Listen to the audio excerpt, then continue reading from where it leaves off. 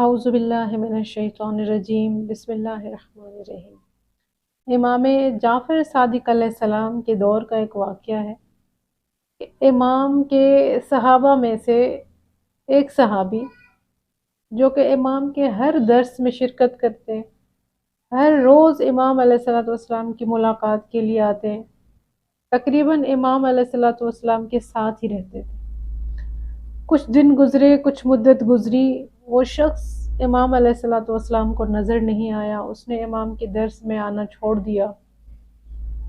تو امام علیہ السلام نے اپنے صحابہ سے پوچھا کہ فلاں شخص جو میرے ہر درس میں شرکت کرتا تھا، ہر روز ملاقات کے لیے آتا تھا، اب وہ کہاں ہے؟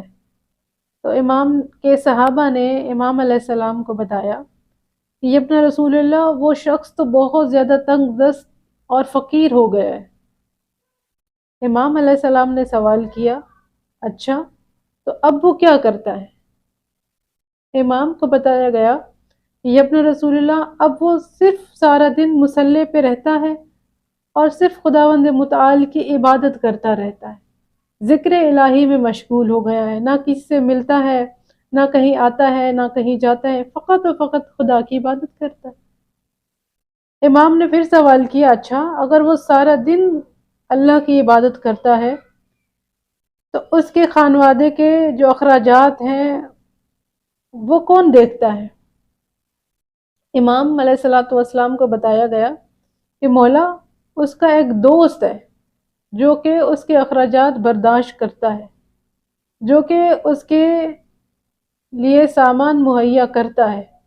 امام علیہ السلام نے فرمایا، بے شک اس کا دوست اس سے بہت بڑا عابد ہے۔ تمام مومنین امام کی اس بات سے اندازہ لگا لے کہ فقط اللہ کی عبادت کرنا ہی عبادت نہیں ہے، بلکہ حلال رزق کو تلاش کرنا، اپنے بچوں کے لیے روزی کمانا، یہ بھی عبادات میں سے ایک بہترین عبادت ہے۔ اللہ تعالی ہم سب کو حلال روزی کمانے کی توفیق عطا فرمائے۔